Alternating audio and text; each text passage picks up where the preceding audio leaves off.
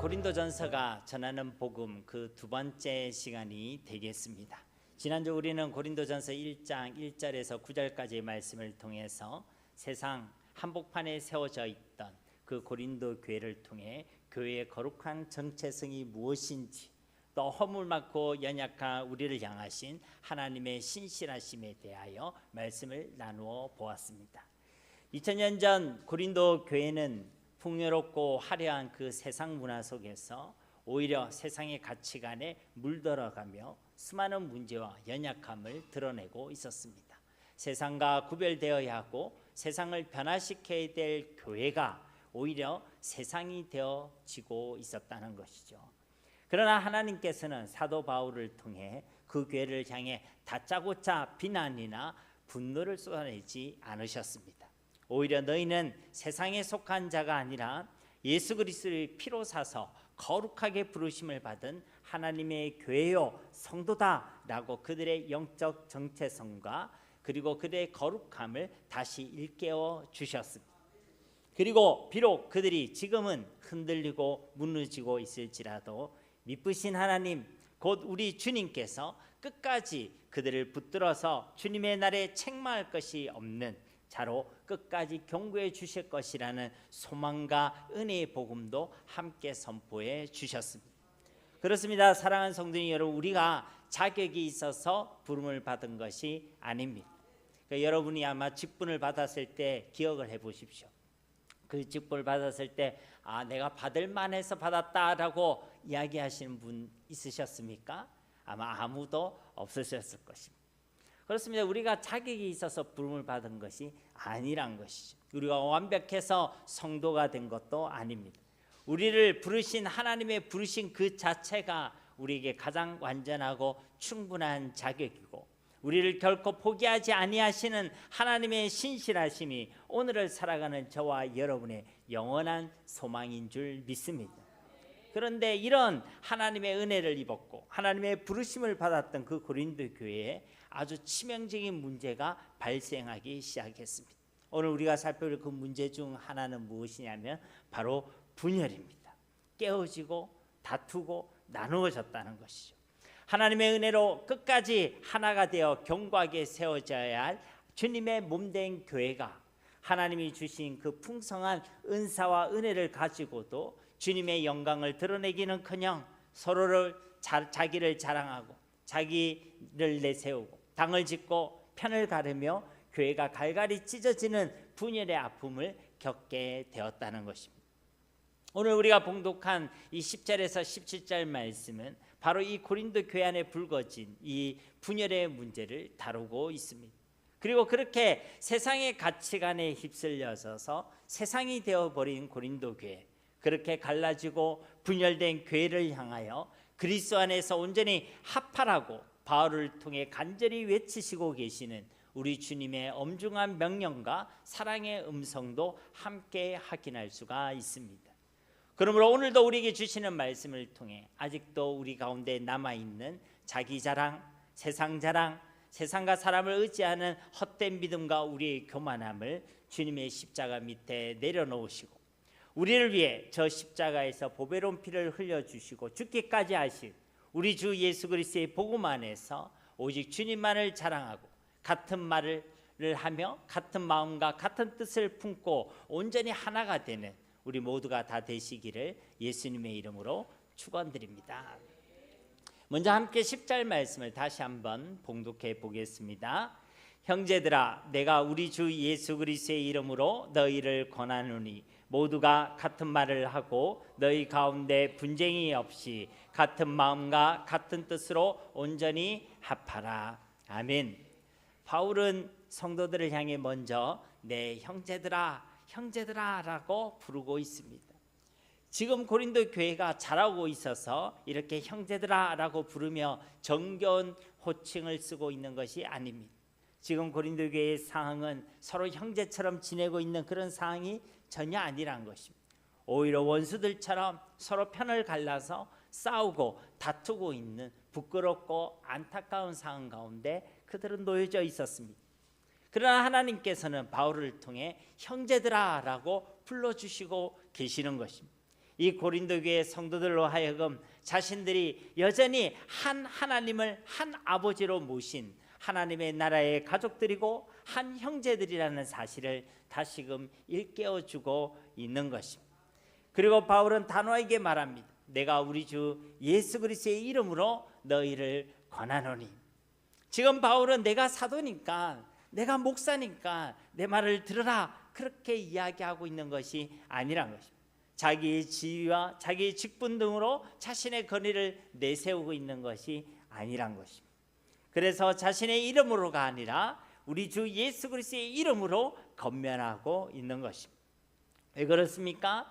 에베소서 1장 22절에서 23절 말씀을 보시면 또 만물을 그의 발 아래에 복종하게 하시고 그를 만물 위에 교회의 머리로 삼으셨느니라. 교회는 그의 몸이니 만물 안에서 만물을 충만하게 하시는 이의 충만함이라. 왜 예수 그리스도의 이름으로 권면하고 있는 것입니까? 교회의 머리는 오직 예수 그리스도 한 분뿐이기 때문에 그런 것입니다. 즉 교회의 주인은 바울도 아니고 오직 예수님이시기 때문에 그러하다는 것입니다. 그렇습니다. 교회의 주인은 목사가 아닙니다. 그렇다고 성도님들 여러분들도 아닙니다. 그렇기 때문에 교회는 목사 한 사람이 마음대로 해서도 안 되는 것이고, 성도님들의 수가 많다고 해서 교회는 반드시 다수결을 따라야만 하는 것도 아닌 것입니다. 다시 말씀드리지만 교회의 주인은 오직 한 분, 우리 주 예수 그리스도이십니다. 그래서 교회는 사람이 아니라 주님을 따라가야 되는 것이고, 교회는 다수결이 아니라 하나님의 말씀을 기준으로 오직 하나님의 말씀을 따라가야 되는 줄로 믿습니다. 그래서 이 바울은 예수 그리스도의 이름으로 권면하고 있는 것입니다. 그 주님의 권위로 이 바울을 통해 권면하시는 그 권면의 말씀은 세 가지로 살펴볼 수가 있습니다. 첫째는 모두가 같은 말을 하라는 것이고, 둘째는 너희 사이에 분쟁이 없이 같은 마음과 같은 뜻을 품으라는 것이고, 셋째는 온전히 합하라라는 것입니다. 먼저 같은 말을 하라는 것은 그렇다고 앵무새처럼 같은 말만 졸졸 따라해란 말이 아닙니다. 목사님이 예 하면 여러분도 예 하고, 또 요 하면 여러분도 요 하고, 그런 것이 아니란 것이죠. 우리가 입술로 고백하는 복음의 내용이 같아야 한다는 것입니다. 복음은 예수님 믿으면 부자가 된다라는 식의 예수님 플러스 알파가 아닙니다. 예수님 한 분이 복음 자체이고 예수님의 십자가 부활만이 복음의 전부인 줄 믿습니다. 복음은 예수님을 통해 세상에 그 무엇을 얻는 것이 아닙니다. 복음은 예수님을 통해 예수님을 얻는 것입니다. 예수님을 통해 예수님의 생명을 얻는 것이고, 예수님을 통해 예수님의 권세를 누리게 되는 것이고, 예수님을 통해 예수님과 함께 저 하나님의 나라의 영광을 받게 되는 것이 바로 복음인 것입니다. 복음은 예수님을 통해 내가 잘 되는 것이 아닙니다. 오히려 예수님을 통해 나는 죽고 예수님이 주인 되시는 것이 복음입니다. 복음은 이것도 맞고 저것도 맞다가 아닙니다. 복음은 오직 예수님만이 길이요 진리요 생명이시고 하나님의 아들 그리스도심을 증거하는 것입니다. 사랑하는 성도 여러분, 교회가 이 복음 외에 세상의 다른 소리로 가득 차게 되면 교회는 반드시 갈라지게 되는 것입니다. 복음보다 세상의 취미를 더 이야기하게 되면 그 취미에 따라 교회는 갈라지게 되는 것입니다. 복음보다 세상의 관심을 더 이야기하게 되면 그 관심에 따라 교회는 갈라질 수밖에 없는 것입니다. 오늘 말씀처럼 교회가 복음보다 사람을 더 이야기하기 시작하면 그 사람에 따라 편이 나눠지고 당이 지어지고 교회는 갈라질 수밖에 없게 되는 것입니다. 그러므로 교회는 같은 말, 곧 나 같은 죄인을 구원해 주시기 위하여 이 땅에 사람으로 오시고 저 십자가에서 죽기까지 하셨으며 사흘 만에 부활하신 우리 주 예수 그리스도의 복음만을 전하며 이 복음만을 고백하고 이 복음의 은혜를 나누는 공동체가 되어야 할 줄 믿습니다. 바로 그때 교회는 진정으로 온전한 그리스도의 몸으로 하나가 되게 되는 것입니다. 우리 교회가 바로 이와 같이 같은 말을 하는 교회가 될 수 있기를 간절히 소망합니다. 두 번째로 같은 마음과 같은 뜻을 품는다는 것은 곧 예수님의 마음과 예수님의 관점을 품는 것을 의미하는 것입니다. 그래서 교회는 항상 예수님이라면 어떻게 하셨을까를 고민해야 하는 것입니다. 예수님께서 이 땅에 오신 목적은 사람을 정죄하고 사람을 멸망시키기 위함이 아니었습니다. 우리가 잘 아는 요한복음 3장 16절에 있는 말씀처럼 예수님께서 이 땅에 오신 목적은 사람들로 하여금 멸망치 않고 영생을 얻게 하려 하심이었던 것입니다. 심판하시기 위해서가 아니라 구원을 위해서 이 땅에 오셨다는 것입니다. 그러므로 우리는 사람을 바라볼 때 예수님의 마음과 예수님의 관점으로 봐야 하는 것입니다. 사람을 비방하고 정죄하고 판단하는 그런 관점이 아니라 사람을 어떻게든 살리고 사람을 세우고 사람을 도우며 그 영혼을 구원하는 관점으로 바라봐야 된다는 것입니다. 어떻게든 허물을 찾아내고 허물을 들추어내는 관점이 아니라 어떻게든 용서하고 덮어주고 그 영혼을 천하보다 귀하게 여기고 그 영혼을 위하여 간절히 기도하고 기도의 후원자가 되어주고 사랑하는 관점으로 한 영혼을 바라보고 한 영혼을 대해야 하는 것입니다. 그리고 교회의 모든 목적은 우리 주님께서 그러하셨던 것처럼 항상 오직 하나님의 영광과 하나님의 나라가 되어야 할 줄 믿습니다. 교회의 건물의 크기와 숫자와 이름과 명성이 결코 교회의 목적이 될 수가 없습니다. 교회는 교회의 이름이 아니라 예수님의 이름을 나타내어야 하는 것입니다. 교회인의 숫자와 담임 목사의 대단함이 아니라 오직 예수님의 생명과 예수님의 권세를 증거해야 하는 것입니다. 왜냐하면 교회는 오직 예수 그리스도의 몸이고 그 교회의 머리가 오직 예수 그리스도 한 분뿐이시기 때문에 그러한 것입니다. 그러나 만약 교회가 다른 목적과 다른 뜻과 다른 마음을 품는다면 교회는 결코 하나가 될 수가 없습니다. 서로를 바라볼 때 예수님의 관점으로 보지 못하면 그 교회는 결국 서로를 비방하고 다투고 시기하고 판단하고 정죄하며 분열하게 되는 것입니다. 교회가 예수님의 소원과 비전 외에 다른 것을 목적으로 하고 목표로 한다면 역시 교회는 결국 분열할 수밖에 없습니다. 돈이 목적인 사람은 돈이 있다고 또는 돈이 없다고 돈이 되지 않는다고 분열하게 되는 것입니다. 교회의 크기와 숫자가 목적인 사람은 크기가 작다고 혹은 크기가 크다고 때로는 교인의 숫자가 적다고 때로는 교인이 많다고 결국 교회를 비방하고 교회를 떠나고 그렇게 분열하게 되는 것입니다. 사랑하는 성도님 여러분, 바라고 원하옵기는 우리 교회는 정말 같은 말과 같은 마음과 같은 뜻으로 진정으로 온전히 하나로 합할 수 있는 교회가 될 수 있기를 예수님의 이름으로 축복합니다. 10절 말씀에 나타난 바울의 권면 그 세 번째는 온전히 합하라라는 것입니다. 여러분, 온전히 합하다라고 번역된 이 헬라어 카타르티조라는 이 단어는요, 당시 두 가지 특별한 상황 가운데서 사용되었던 단어입니다. 어떤 상황이었느냐? 첫 번째는 당시 어부들이 풍랑을 맞아서 찢어진 그물을 정성스럽게 기어서 수리할 때 바로 이 합하다라는 이 단어를 사용했습니다.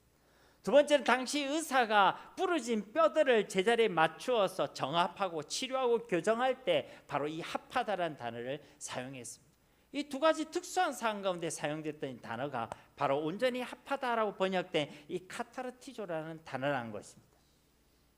여러분 생각해 보십시오. 바다에 물고기가 아무리 많아도 그 물고기를 잡아야 될 그물이 다 찢어져 있다. 그러면 물고기를 잡을 수 있겠습니까? 그물이 찢어졌다는 것은 결국 그 그물의 기능을 상실했다는 것을 의미하는 것입니다. 또 몸의 뼈들이 부러져 있다면 그 사람의 몸이 재기능을 할 수 있겠습니까? 아닙니다. 발이 부러지면 발이 제대로 기능을 하지 못하는 것입니다. 목이 부러져 있으면 그 목이 제대로 기능을 하지 못하는 것입니다. 손이 부러져 있으면 그 손이 제대로 기능을 하지 못하는 것입니다. 결국 오늘 말씀에서 하나님께서 당시 분열되어 있던 이 고린도 교회에 대해서 말씀하실 때 찢어진 건물과 부러진 뼈들로 비유하여 말씀하신 것은 이 고린도 교회가 교회로서의 기능을 상실했음을 말씀해 주고 있는 것입니다.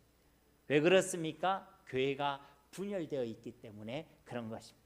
그렇습니다. 서로 분열되고 서로 다투고 하나 되지 못하는 교회는 찢어진 그물과 같이 부러진 뼈들과 같이 세상을 살리고 세상을 변화시키고 세상을 구원하는 그 교회의 기능을 온전히 감당할 수가 없는 것입니다.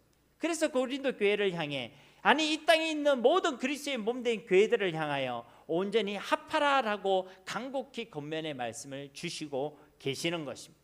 더 이상 갈라지고 찢어지고 부러진 채로 있지 말고 그 찢어진 그물을 다시 기어 수리하듯이 그 부러진 뼈들을 다시 정합하여 맞추고 교정하여 치료하듯이 그리스도 예수 안에서 온전히 하나로 합하여라고 말씀해 주고 있는 것입니다. 이런 회복과 이런 치유의 역사가 우리 교회와 이 땅의 모든 교회들 위해 일어나기를, 또 이를 위해 간곡히 깨어 기도할 수 있는 우리 모두가 될 수 있기를 예수님의 이름으로 축복합니다.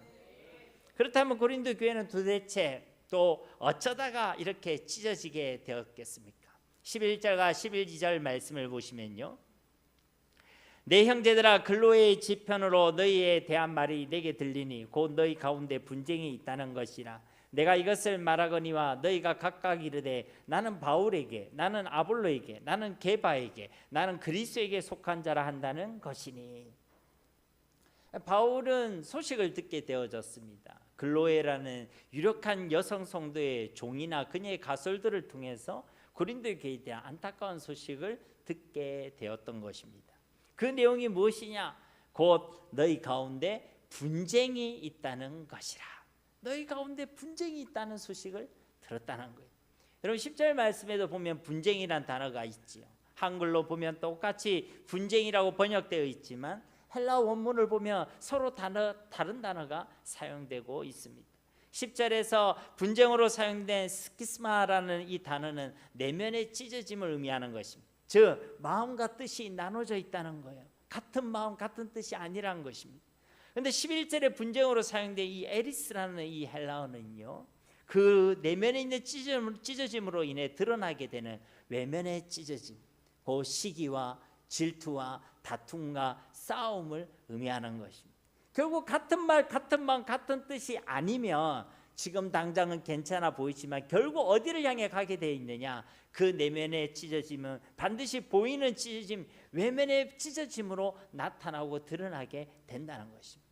마음이 합해져 있지 않으면 결국 나중에는 다투고 갈라쓰고 싸우게 된다는 것입니다.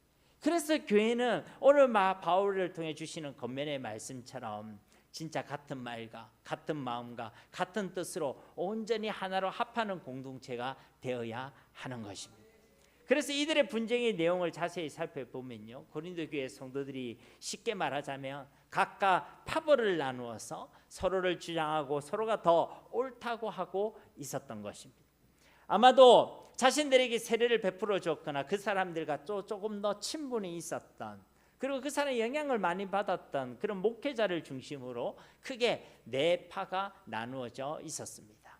첫 번째는 바울파가 있었습니다. 무슨 우리가 요리할 때 대파 이런 걸 많이 들어봐도 바울파가 있었다는 거. 그래도 이 고린도 지역에 처음으로 복음을 전해준 사도가 누구죠? 바울이죠. 그러니까 이 바울이야말로 진짜 최고고 진짜라는 거예요. 그러니까 이 고린도에 개척했던 개척 멤버들이 되겠죠, 그죠? 우리는 이 교회의 개척 멤버입니다. 이렇게 이야기하는 사람들이 있었어요. 그래서 우리는 바울파입니다.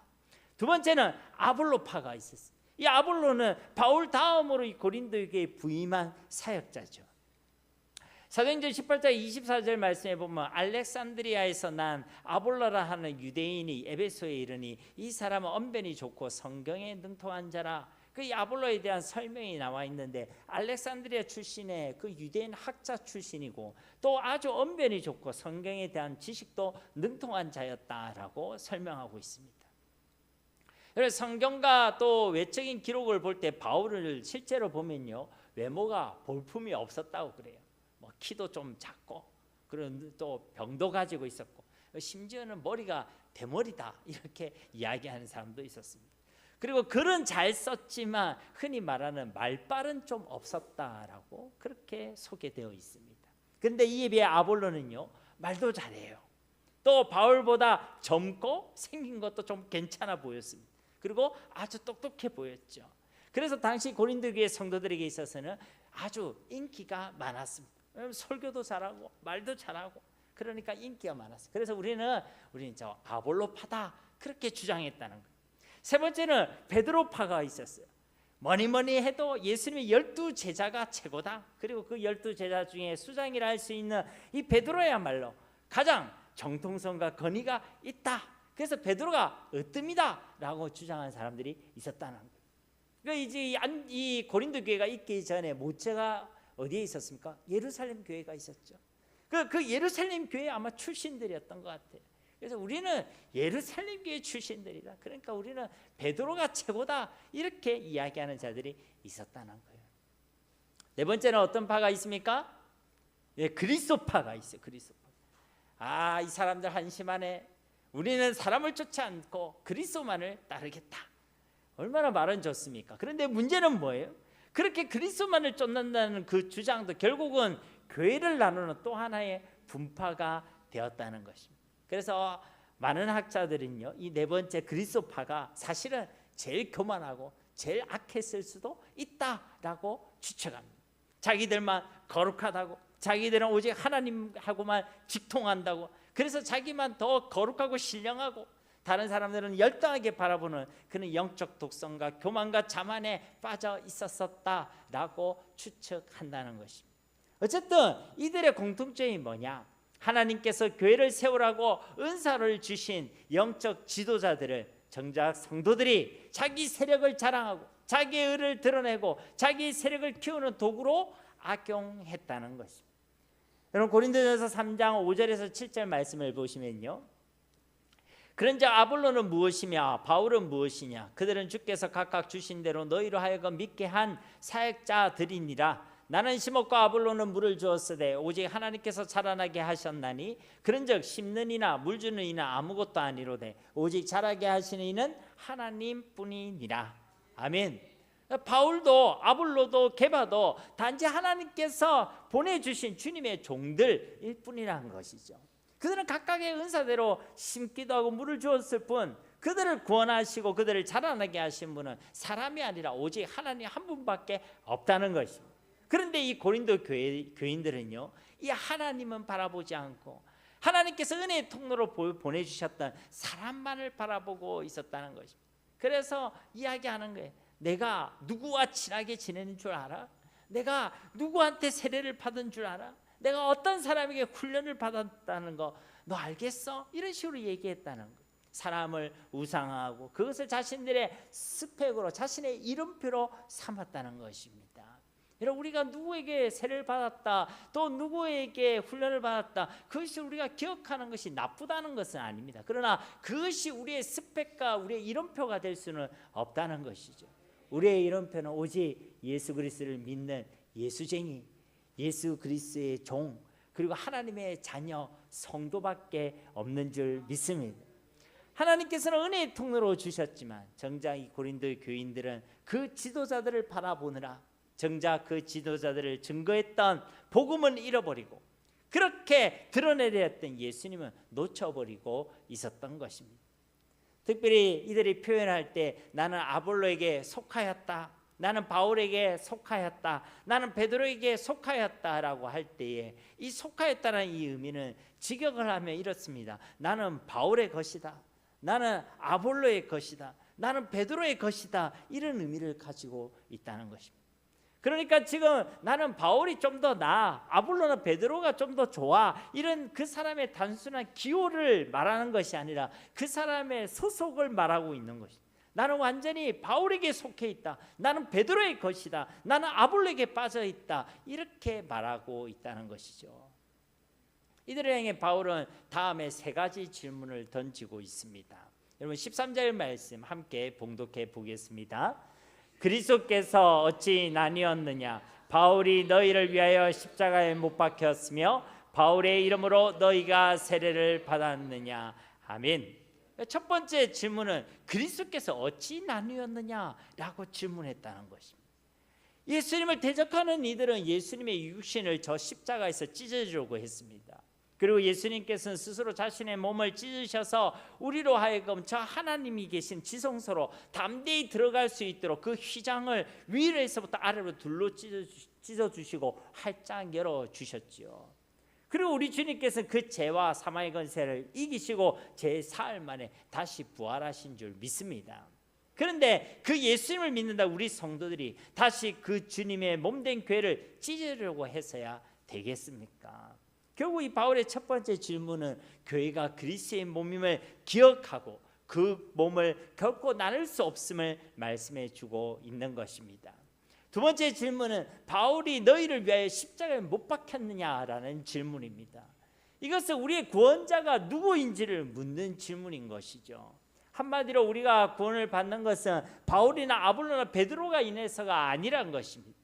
오직 우리를 위해 보내주신 예수 그리스도, 하나님의 독생하신 아들 우리 주 예수 그리스도께서 우리를 대신하여 저 십자가에 못 박혀 죽으심으로 우리의 모든 죄악의 값을 대속하여 주시고, 부활하신 그 주님께서 우리와 함께 하심으로 저와 여러분이 구원의 은총을 받아 누리게 된 줄 믿습니다. 그렇습니다. 우리가 우리를 대신하여 저 십자가에 죽으신 분이 누구인지를 안다면, 정말 우리의 구원자가 누구이고 우리의 그리스도가 누구인지를 정말 안다면, 우리가 떠올릴 존재는 오직 예수 그리스도 외에는 아무도 있을 수가 없는 것입니다. 결코 어떤 사람을 떠올리거나 어떤 사람을 자랑하거나 자기를 주장할 수가 없다는 것이죠.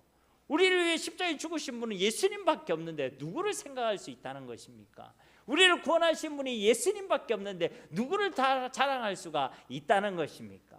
오직 예수님만을 자랑하고 우리는 오직 예수님께만 속해 있음을 주장하게 되는 것입니다. 세 번째 바울의 질문이 바로 우리에게 누구에게 속해 있는가, 바로 소속에 대한 질문입니다. 바울의 이름으로 너희가 세례를 받았느냐?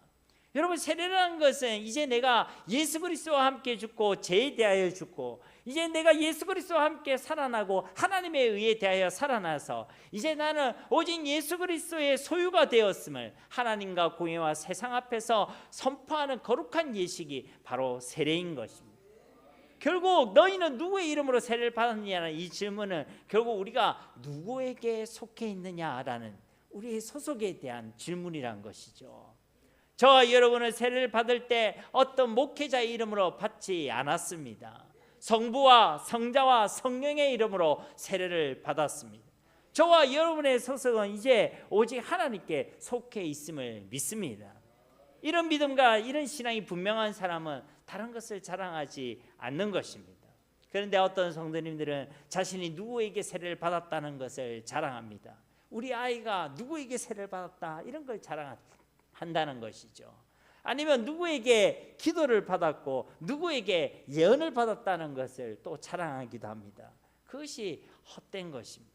어떤 성도님들은 자신이 누구에게 양육을 받았고 또 교회에서 어떤 직분을 받았고 어느 교회에서 받았고 어떤 훈련을 받았는가를 자랑합니다. 그것도 아니면 얼마나 큰 교회에서 또 얼마나 많은 교인들과 함께 신앙생활을 했는지를 자랑하기도 하는 것입니다. 직분을 받고 훈련과 양육을 받은 것은 너무나도 감사한 일이고 귀한 일이지만 그것이 우리의 자랑거리일 수가 없습니다. 우리가 섬기는 교회와 목회자를 존중하고 사랑하는 것은 감사하고 기쁜 일이지만 그것이 우리 주님을 자랑하고 주님을 사랑하는 것과는 결코 비교할 수도 앞설 수도 없는 것입니다. 안 그러면 언젠가 우리도 모르는 사이에 예수님은 없고 단지 사람과 자기의 영광만이 남아있는 큰 실수에 빠질 수가 있습니다. 그리고 이것을 우리 하나님께서는 정말로 싫어하시는 것입니다. 그래서 오늘 바울은 오직 예수 그리스도께만 초점을 맞추고 오직 예수 그리스도의 영광만을 구하고 있습니다. 14절 말씀을 보시면 나는 그리스도와 가이오 외에는 너희 중 아무에게도 내가 세례를 베풀지 아니한 것을 감사하노니, 세례를 많이 베풀지 않은 것을 감사한다라고 바울은 고백하고 있습니다. 그렇다고 이 말씀이 이 바울이 세례라는 거룩한 그 예식을 아무런 가치가 없다고 폄하하거나 무시하는 말씀이 아닙니다. 혹시라도 자신이 세례를 준 것이 그들에게 헛된 자랑거리의 빌미가 되거나 아니면 그들의 영적 신분증이 되고 파벌의 이유가 될까 봐 오히려 자신이 많은 사람에게 세례를 베풀지 않았음을 하나님께 감사한다라고 고백하고 있는 것입니다. 이 역시도 하나님의 섭리와 하나님의 도우심을 그가 믿음으로 고백하고 있는 것이지요. 15절과 16절 말씀도 보십시오. 이는 아무도 나의 이름으로 세례를 받았다 말하지 못하게 하려 함이라. 내가 또한 스데바나 집 사람에게 세례를 베풀었고 그 외에는 다른 누구에게 세례를 베풀었는지 알지 못하노라. 이 두 절 말씀을 통해서도 우리가 확인할 수 있는 것이 무엇입니까? 이 바울이 지금 자신이 얼마나 많은 사람에게 세례를 주었는지에 대해서는 전혀 관심이 없다는 것입니다. 아니 오히려 알지 못하노라라고 고백하고 있습니다. 오늘날 많은 목회자들과 사역자들이요 숫자라는 함정에 빠질 수가 있습니다. 사람이라는 숫자, 재정이라는 숫자, 건물의 크기라는 숫자, 그런 숫자라는 함정에 빠질 수가 있다는 것이죠. 저도 부끄러운 이야기지만 한때 저도 계산을 한 적이 있습니다. 저를 통해 예수님을 영접한 사람이 몇 명일까 하면서 그것을 세려본 적이 있다는 것이죠. 여러분, 제가 한 것입니까? 제가 능력이 있어서, 제가 대단해서, 제가 실력이 있어서 사람을 구원하고 사람을 변화시킨 것입니까? 아닙니다. 다 하나님이 하신 것입니다. 그런데 말은 그렇게 하면서 사실은 숫자를 세고 있었다는 것이죠. 여러분, 바울을 통해 예수를 믿게 된 사람이 어디에 한두 명뿐이겠습니까? 그가 계산을 했다면 수백에서 수천 명의 사람들이 있었을 것입니다. 그러나 이 바울은요 그런 말을 일치하지 않습니다. 그런 숫자에 전혀 관심이 없음을 아니 알지 못한다라고 고백하고 있다는 것이죠. 바울 그의 유일한 관심이 그 사역의 성과가 아니라 그 사역을 누가 하셨는지, 그 사역의 주체가 누구인지에만 그의 관심이 있었기 때문입니다. 누가 그들을 구원하셨고, 누가 그들을 세워주셨고, 누가 그들을 자라나게 하셨고, 누가 이 모든 일들을 이루셨는가. 바울은 지금 이 모든 말들을 통하여 오직 예수 그리스도께만 영광을 올려드리고 있는 줄 믿습니다. 이제 마지막 17절 말씀 우리 함께 봉독해 보겠습니다. 그리스도께서 나를 보내심은 세례를 베풀게 하려 하심이 아니요 오직 복음을 전하게 하려 하심이로되 말의 지혜로 하지 아니하면 그리스도의 십자가가 헛되지 않게 하려 함이라. 아멘. 바울은 주님께서 자신을 사도로 부르신 그 핵심 사명을 오직 복음을 전하는 것에 있다라고 고백하고 있습니다. 여러분, 세례를 베풀게 하려 하심이 아니오라고 말하고 있죠. 그런데 여러분, 마태복음 우리가 마칠 때 예수님께서 마지막 명령이 뭡니까? 세례를 베풀라라고 말했죠. 그런데 여기에는 그건 내 사명이 아니다라고 말하고 있습니다. 그런데 그 두 가지 의미가 다른 것이죠. 여기서 세례를 베푼다는 의미는 자기 사람을 만들어서 자기에게 속하게 만들고 그렇게 자기 세력을 구축하고 자기 기반을 만드는 것은 바울에게 주신 사명의 내용이 아니란 것입니다. 이런 목회자는 충분히 그런 함정에 빠질 수가 있습니다. 내 사람을 만들고 내 세력을 만들고 내 제자를 만들고 나를 따르게 만들고 하는 그 유혹에 빠질 수가 있다는 것이죠. 그런데 그것은 이 영적 지도자들에게 주신 사명이 아니란 것입니다. 오직 예수 그리스도의 복음을 전하는 것만이 자신의 유일한 사명인 줄 믿습니다. 그러니까 여러분들이 저를 기억을 못하더라도 오직 예수님만을 기억하시기를 주님의 이름으로 축복합니다. 동시에 이 바울은 이 복음을 전할 때 말의 지혜로 하지 않는다라고 고백하고 있습니다. 여러분, 말의 지혜라는 것은 당시 고린도 지역에 그 헬라 지역에 환대받던 웅변술이나 수사적 기술 아니면 사람의 감정을 움직이게 만드는 그런 화려한 말재주 등을 의미하는 것입니다. 그런데 바울은 복음을 그런 말의 지혜로 전하지 않는다라고 고백하고 있습니다. 왜 그렇습니까? 오늘 말씀해 보니까 그리스도의 십자가가 헛되지 않게 하려 함이라. 그리스도의 십자가 헛되지 않게 하기 위해서 내가 말의 지혜로 이 복음을 전하지는 않는다라고 고백하고 있는 것입니다.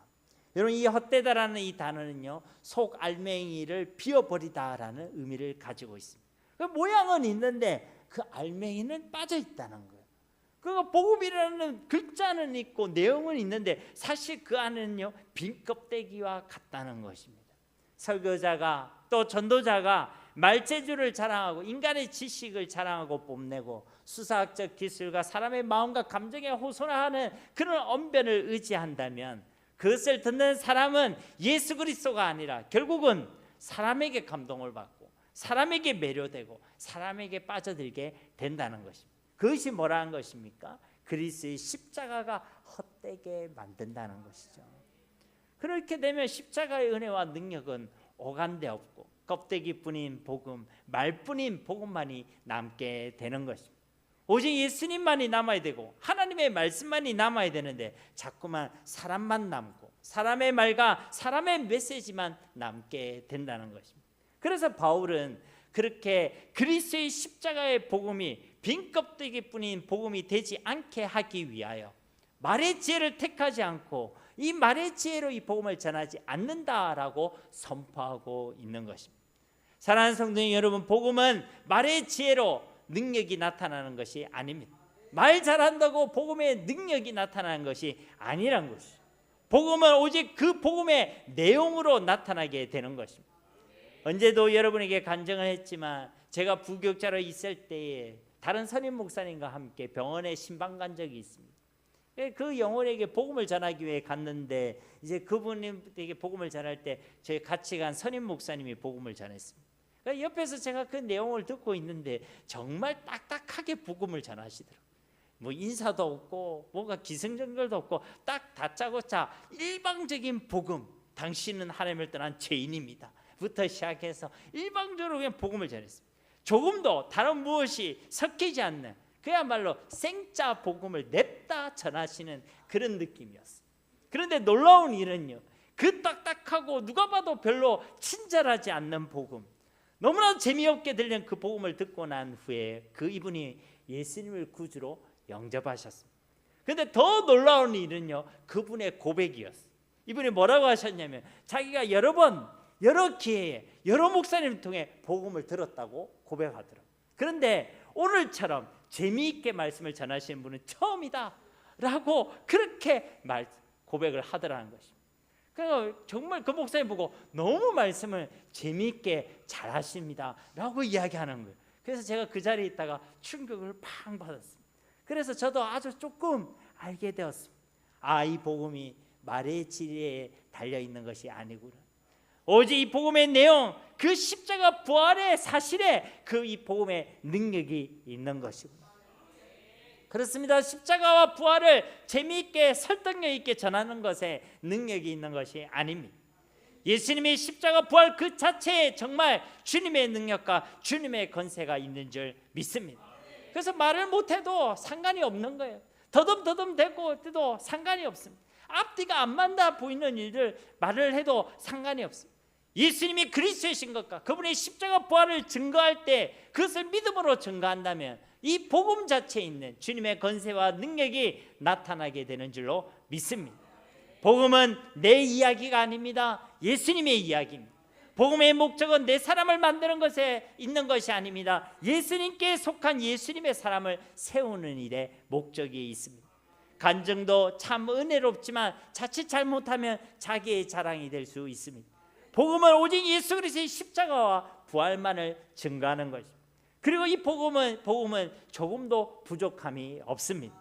그런데 이 복음만으로 부족하다고 여기는 사람은 이 복음에다가 자꾸만 다른 것을 덧붙이려 하는 것입니다. 말씀과 상관없는 자신의 지식과 정보들을 덧붙이기도 하고, 아니면 여기다 은혜로운 간증이나 예화 등을 추가하기도 하고, 아니면 여기에 어떤 감정에 호소하는 그런 수사학적인 기법을 추가하기도 한다는 것입니다. 그러나 그 가운데 복음만으로도 충분하다는 확신이 없으면 자칫 그리스도의 십자가를 헛되게 할 위험이 있는 것입니다. 다시 말씀드리지만 복음의 능력은 전하는 사람의 지식이나 경험이나 말재주와 스펙에 달려있는 것이 아닙니다.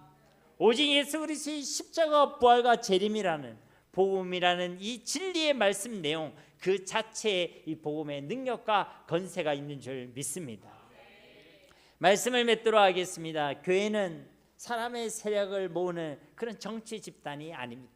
내 편을 만드는 그런 사교의 장이 아니란 것입니다. 내 관심과 취미와 마음이 맞는 사람들끼리 모여 즐기는 그런 동호회도 아닙니다.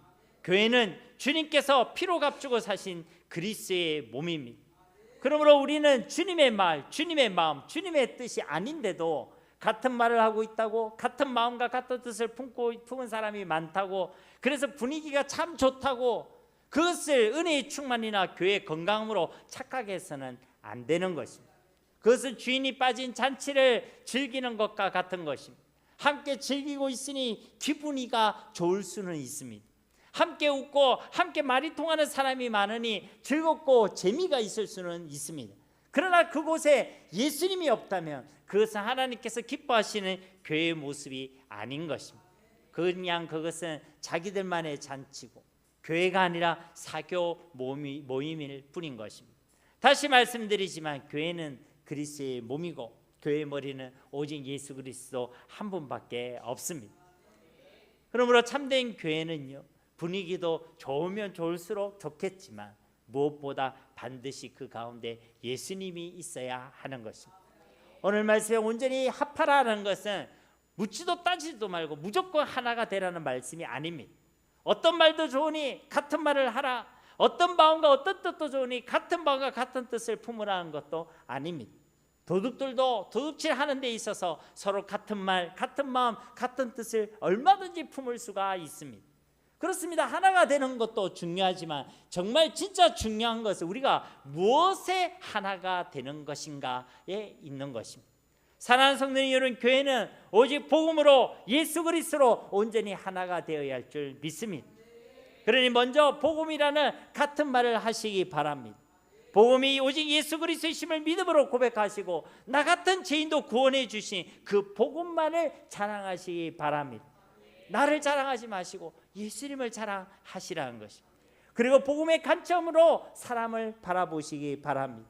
한 영혼을 천하보다 귀하게 여기시고 바라보신 그 예수님의 시선으로 사람을 차별하지 마시고 사랑하고 용서하셨던 그 주님의 관점으로 한 영혼을 바라보시기 바랍니다. 비판과 정죄와 심판과 판단이 아니라 용서와 위로와 돕고 세우고 살리며 구원하는 사랑의 관점으로 한 영혼을 바라보시라는 것입니다. 그것이 주님의 관점이고 복음의 관점인 줄 믿습니다. 마지막으로 교회가 온전히 합해질 수 있도록 함께 꿈을 꾸고 함께 기도하기를 소망합니다. 이 마지막 시대에 교회가 하나 되지 못하고 분열되면 괜찮은 것이 아닙니다. 당신은 당신대로 맞는 사람과 사시오. 우리는 우리와 맞는 사람들과 함께 있겠소. 이런 것이 당연하게 여겨져서는 안 된다는 것이죠. 교회가 하나 되지 못하고 분열되면 찢어진 그물처럼 부러진 뼈들처럼 이 세상 가운데 교회가 교회로서의 기능을 온전히 감당할 수가 없습니다. 그러므로 우리 교회는요, 온전히 하나가 되어야 하는 것입니다. 우리 교회뿐만 아니라 이 땅에 있는 한국교회 열방의 모든 교회들이 정말 예수 그리스도의 복음 안에서 같은 말을 하고 같은 마음과 같은 뜻을 품어서 온전히 하나로 합하여지는 그런 은혜와 회복의 역사가 우리 가운데 일어나야 할 줄 믿습니다. 그것을 두고 함께 꿈을 꾸고 함께 간절히 기도하자는 것입니다.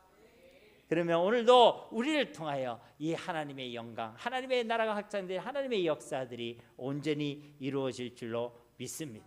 온전히 하나로 합하라라는 이 명령의 말씀이 우리의 기도의 제목이 되어지고 또 우리가 함께 경험하는 응답과 간증의 내용이 되어질 수 있기를 우리 주 예수님의 이름으로 간절히 축원드립니다. 우리 말씀 붙들고 이 시간 함께 기도하기를 원합니다. 먼저 우리 교회가 온전히 하나가 되게 하옵소서. 같은 말과 같은 마음과 같은 뜻을 품는 온전히 하나 되는 교회가 되게 하셔서 이 세상 가운데 교회로서의 기능을 감당하고 영적으로 힘이 있는 교회가 되게 하여 주시옵소서. 우리 교회를 위하여 이 시간에 함께 말씀 붙들고 기도하도록 하겠습니다. 아버지 하나님 감사합니다. 우리를 참으로 사랑하시는 주님, 오늘도 우리에게 귀한 하나님의 말씀을 주심을 감사드립니다. 이 말씀이 우리에게 주시는 기도의 제목이 되어지길 원합니다. 오늘 이 말씀대로 온전히 하나로 합해지는 교회가 되어지길 원합니다. 찢어진 그물과 부러진 뼈들처럼 세상 속에서 아무런 힘이 없고 아무런 기능을 하지 못하는 교회가 되지 않기를 원합니다. 이 교회가 세상 가운데서 빛과 소금으로 또 구원의 방주로서의 사명과 기능을 온전히 감당하는 하나님의 교회가 되어지길 원합니다. 교회의 머리가 우리 주 예수 그리스도이심을 믿습니다. 이 교회가 그리스도의 몸임을 믿습니다. 하나님, 우리가 오직 예수님만을 바라보게 하시고 우리의 구원자 되시고 그리스도가 되신 예수님만을 믿고 확신하게 하셔서 하나님, 우리 가운데 예수님 외에 다른 것이 자랑되지 않게 하시고 예수님 외에 다른 것이 우리의 따름의 대상이 되지 않게 하여 주시옵소서. 우리가 복음이라는 같은 말을 하는 교회와 모든 성도들이 다 되게 하여 주시옵소서. 같은 마음과 같은 뜻을 보아 예수님의 마음으로 한 영혼을 바라보게 하시고 하나님의 나라와 나라와 주님의 영광 이루는 예수님의 소망을 함께 품을 수 있는 우리 모두가 다 되게 하여 주시옵소서. 정말 말의 재주가 아니라 복음의 능력으로 이 땅을 살아가게 하시고 오직 예수님만을 자랑하고 예수님만을 증거하는 십자가의 증인들이 다 되게 하여 주시옵소서. 오늘도 우리가 그 주님의 능력으로 살아가길 원합니다. 이 복음의 능력을 나타내는 자들이 되어지길 원합니다. 우리로 하여금 하나가 되어지는 귀한 은혜를 누리게 하시고 하나님이 이 땅의 한국교회와 열방의 모든 교회 하나됨을 위하여 간절히 기도할 수 있는 우리 교회가 될 수 있도록 주님 축복하시고 은혜 베풀어 주시옵소서. 감사드리며 예수님의 이름으로 간절히 기도드립니다. 아멘.